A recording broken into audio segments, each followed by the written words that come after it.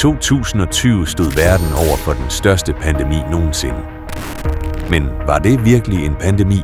Hvor meget af den videnskab, der blev brugt på det tidspunkt, kan bevises at være sand? Eller var det en orkestreret overtagelse af vores liv? Et par eksperter og advokater rejste sig for at udfordre den officielle fortælling. En af dem var Dr. Reiner Fuellmich, en anerkendt international advokat, som indledte Corona-undersøgelseskomiteen.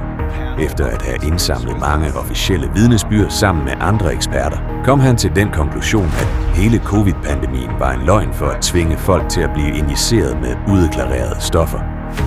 Fuellmich blev stemmen for folk verden over, der kæmpede imod vaccinekrav og nedlukninger. Han var det sidste håb for at få disse mennesker fængslet for forbrydelser mod menneskeheden. Var dette en overtrædelse af Nürnberg-koden? Men regeringer og magtfulde erhvervsinteresser, der stod bag pandemien, arbejdede febrilsk for at stoppe Fuellmich for enhver pris. I oktober 2023 blev Fuellmich kidnappet i Mexico og bragt til et tysk fængsel ulovligt. Hvem er de? Hvorfor fjernede de Fuellmich fra at afsløre de kriminelle bag covid-svindlen? Hvordan er det muligt, at disse regeringsstyrker kan handle uden for lovens rammer, hvor som helst i verden?